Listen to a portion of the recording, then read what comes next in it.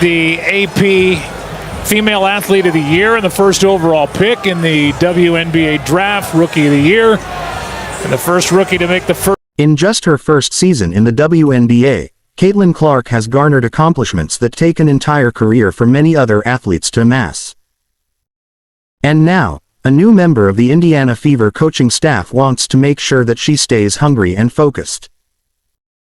On the January 20th episode of the Courtside Club with Rachel DeMita podcast, Keith Porter, who was named player development coach by the Fever a little over a month ago, talked about his lofty goals for Clarke in the immediate future. Earlier in the conversation, Porter and DeMita talked about the different defensive coverages that Clarke faced in her rookie season: double teams, full court pressure, and face guarding. Aware of how WNBA teams have tried to force Clarke to give up the ball, Porter said that he was adamant about helping the Fever guard prepare for just about every scenario on the court. Far from just wanting Clarke to remain steady amidst the intense competition. Porter, who has worked with the likes of Dejounte Carrington and Alyssa Thomas, wants the reigning WNBA Rookie of the Year to be nothing less than dominant. The litmus test of Porter's impact will take place in the upcoming season, when Clarke and the rest of the Fever look to have an even lengthier playoff run. You come in as a rookie and like you said, like you're trying to figure out a new environment, new teammates. Like you don't want to say too much, you don't want to say too little, and it's just so hard. From the looks of it, the Fever are serious when it comes to building a championship culture around their crown jewel, Clarke.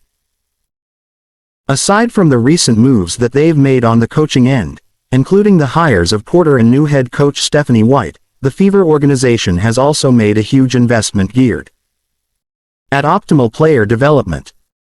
Last Thursday, the Fever posted a tweet about their plans to build a top-tier training facility for their players. The Fever front office is hoping that Clarke is still happy to be in town by the time that this training complex opens.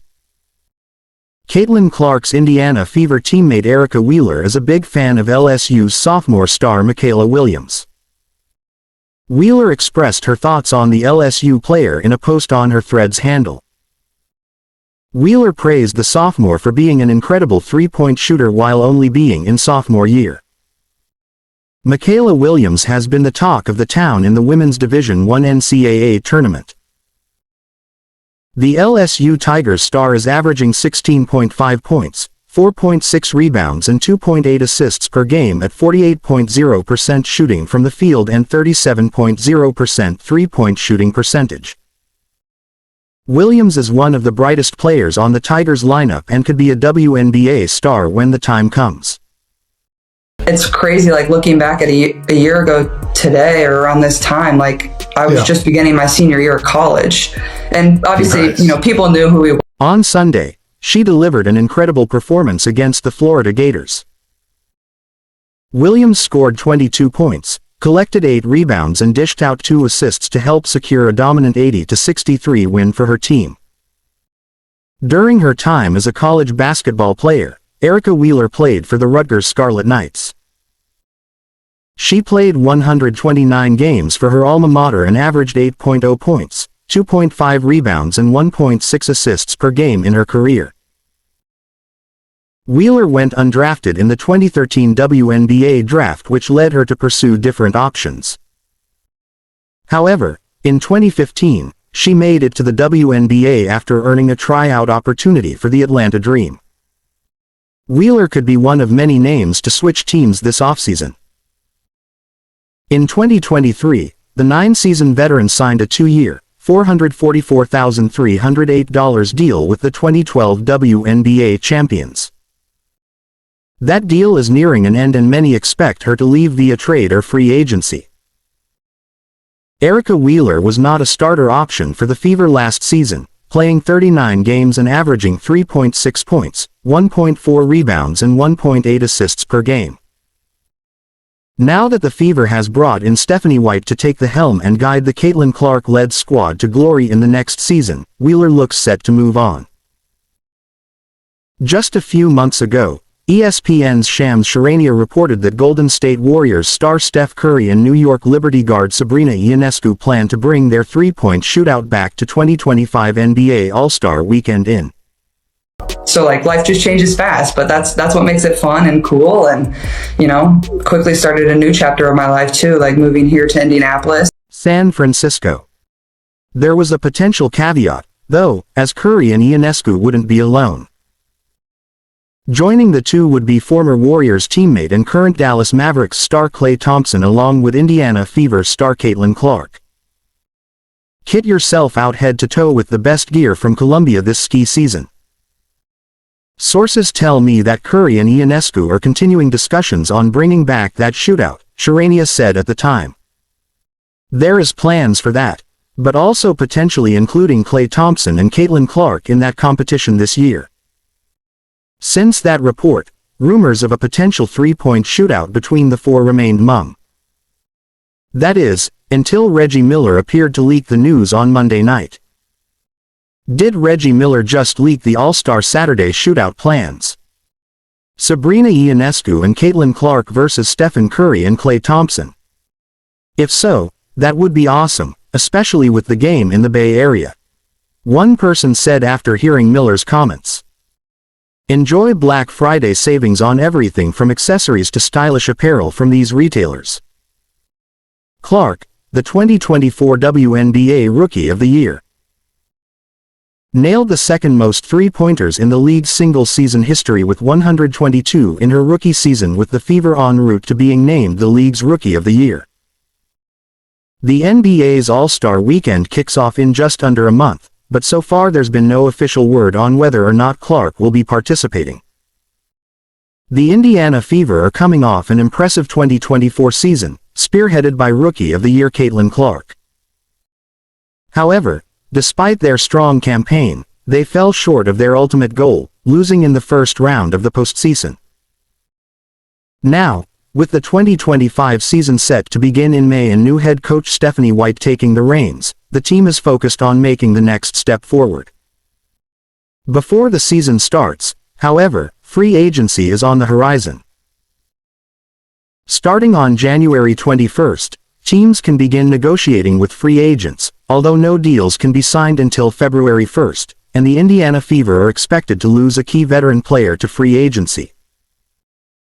Former 2019 WNBA All-Star and 10-year veteran Erica Wheeler posted some cryptic messages on Monday, hinting that she will not be returning to the Fever. Obviously, Lexi's been tremendous, especially on the defensive end. She just brings a spark and a tenacity about her that, maybe we weren't always getting on the defensive end, and she's just willing to do whatever it takes for this team, and it's helped our defense improve a lot. So I think offensively and defensively, we'll be taking a step forward, and, that's kind of what the coaches challenged us in going into that break too. Wheeler also revealed that she has a list of teams she plans to explore in free agency. While Wheeler wasn't a major source of production down the stretch of the season for Indiana, especially after Lexi Hull emerged onto the scene, she remained a crucial leader. Particularly for a team that is one of the youngest in the WNBA.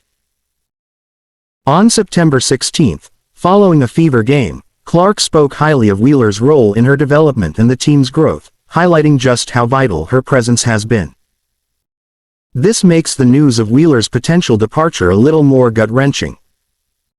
Indiana Fever superstar Clarke is a self-confessed Swiftie.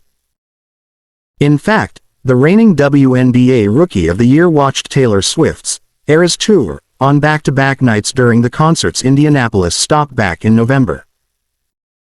While Clarke did not get a chance to meet Swift during the shows, the fortnight singer did send Clarke an invitation to join her watch a Kansas City Chiefs game in the future. Being a big Chiefs fan herself, Clarke would not let the offer pass her by. A versatile, potentially quiver-crushing kit, at a reasonable price. The Fever guard took Swift up on her invite on Saturday as the Chiefs hosted the Houston Texans at GEHA Field at Arrowhead Stadium for their divisional round clash. Clarke was spotted inside the VIP suite with Swift's party, which included both her parents, Andrea and Scott Swift, and her brother Austin Swift. Also joining them were the parents of Travis Kelce, Donna and Ed Kelce. Clarke had a great experience in the VIP box as she watched the Chiefs take down the Texans, 23-14, to book their spot in the AFC Championship game, where they will face the Buffalo Bills on Sunday. January 26. The 22-year-old basketball superstar was seen cheering and celebrating throughout the game alongside Swift. According to a body language expert, however, there was more to Clarke's behavior than meets the eye. Judy James, an expert in the field who has published 26 books on communication and body language, spoke exclusively to the Mirror US to discuss how Clarke acted around the pop megastar. According to James, the former Iowa Hawkeyes player may have been a bit starstruck by Swift. Caitlin looks less confident and more polite here, with less use of eye contact, suggesting she might feel a little shy in Taylor's presence, James said. Swift, on the other hand, did all she could to make Clarke feel more comfortable. Taylor is clearly using the kind of body language signals here that will send off bonds of friendship, James stated. She appears to be adopting a hosting approach to Caitlin and instigating most of the conversation, and she does so in a way that will make Caitlin look and feel like a friend. James went on to say that Swift used eye contact and face-checking signals on Clarke. This comes as no surprise considering how this is the first time Clarke and Swift have been seen together in public. While Clarke might be one of the biggest names in the world of sports, even she could not help but get a little bit awestruck by the presence of Taylor Swift.